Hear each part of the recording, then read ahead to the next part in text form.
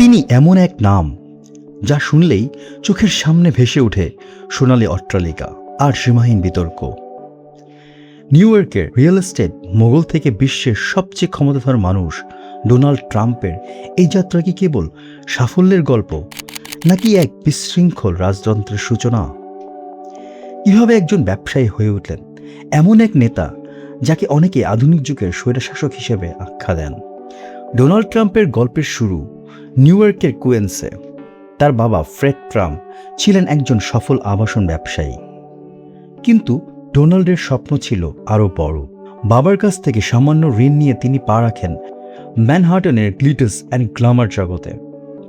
1983 সালে Trump tower নির্মাণের মাধ্যমে তিনি কেবল একটি ভবন তৈরি করেননি, বরং নিজের নামে একটি ব্র্যান্ড তৈরি করেছিলেন। The art of the deal বই এবং পরবর্তীতে রিয়েলিটি শো দ্য অ্যাপ্রেটিক্স এর মাধ্যমে তিনি নিজেকে একজন অজেয় বস হিসেবে প্রতিষ্ঠিত করেন। তার সেই বিখ্যাত সংলাপ ইউ আর ফায়ার্ড ভবিষ্যতে এক কঠোর নেতার আভাস দিচ্ছিল। 2015 সালে ট্রাম্প প্রেসিডেন্ট পদের লড়ার ঘোষণা দিলেন। অনেকে একে স্রেফ পাবলিসিটি স্টান্ট ভেবেছিলেন, কিন্তু তিনি প্রথাগত রাজনীতির ব্যাকরণ বদলে দিলেন। সাধারণ মানুষের ক্ষোভকে পুঁজি করে তিনি গণমাধ্যমকে বাইপাস করে সরাসরি সোশ্যাল মিডিয়ার মাধ্যমে জনগণের কাছে পৌঁছালেন। 2016 সালের নির্বাচনে হিলারি ক্লিন্টনকে হারিয়ে তিনি যখন ক্ষমতায় বসলেন, তখন পুরো বিশ্ব স্তম্ভিত হয়ে গিয়েছিল। কিন্তু ক্ষমতা আসার পরপরই শুরু হলো এক নতুন অধ্যায়, যেখানে ডেমোক্রেসির চেয়ে ব্যক্তিগত আনুগত্যই বড় হয়ে দাঁড়ালো। ট্রাম্পের আমেরিকান ফার্স্ট নীতি আন্তর্জাতিক সম্পর্কে ভীতি নাড়িয়ে দিয়েছিল। তিনি দশকের পর দশক ধরে চলা মিত্রতাগুলোর ব্যবসায় চশমা দেখতে শুরু করেন। ন্যাটোর সদস্য দেশগুলো হুমকি দেয়া থেকে শুরু করে প্যারিস জলবায়ু চুক্তি থেকে বেরিয়ে আসা, ট্রাম্প বিশ্বমঞ্চে আমেরিকাকে একলা চলার পথে নিয়ে যান। চীনের সাথে তার ট্রেড ওয়ার বা বাণিজ্য যুদ্ধ বিশ্বের অর্থনীতিতে অস্থিতিশীল করে তোলে। মিত্র দেশগুলোর সাথে সম্পর্কে টানাপোড়েন আর রাশিয়ার প্রতি নমনীয় দৃষ্টিভঙ্গি আন্তর্জাতিক মহলে তাকে একজন বিতর্কিত ও অনির্ভরযোগ্য নেতা হিসেবে চিহ্নিত করে। যদিও ট্রাম্প দাবি করতেন তিনি কোনো নতুন যুদ্ধ করতে চান না, কিন্তু তার অনেক পদক্ষেপ বিশ্বকে যুদ্ধের কিনারে নিয়ে গিয়েছিল। 2020 সালে ইরানি জেনারেল কাশেম সুলাইমানকে হত্যার নির্দেশ দিয়ে তিনি মধ্যপ্রাচ্যের বড় ধরনের সংঘাতের ঝুঁকি তৈরি করেন।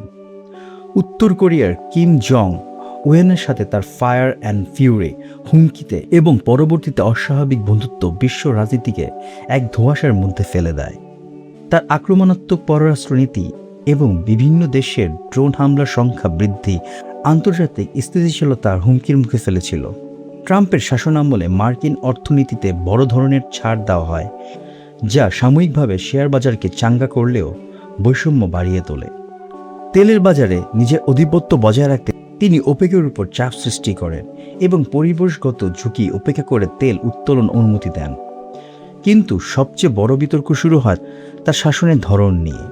বিচার বিভাগকে নিয়ন্ত্রণ করার চেষ্টা এবং গণমাধ্যমকে জনগণের শত্রু হিসেবে আখ্যা দেওয়া, এই সবই ছিল একজন স্বৈরাচারী নেতার লক্ষণ।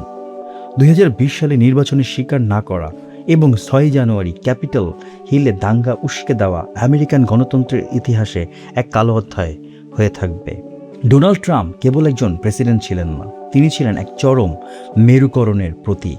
তার সমর্থকরা তাকে একজন নায়ক মনে করলেও সমালোচকদের চোখে তিনি ছিলেন গণতন্ত্রের জন্য এক বড় হুমকি। তিনি প্রমাণ করেছেন আধুনিক বিশ্বে প্রচার এবং ব্যক্তিত্বের প্রভাব দিয়ে কীভাবে প্রতিষ্ঠানের নিয়মকানুনকে চ্যালেঞ্জ করা যায়।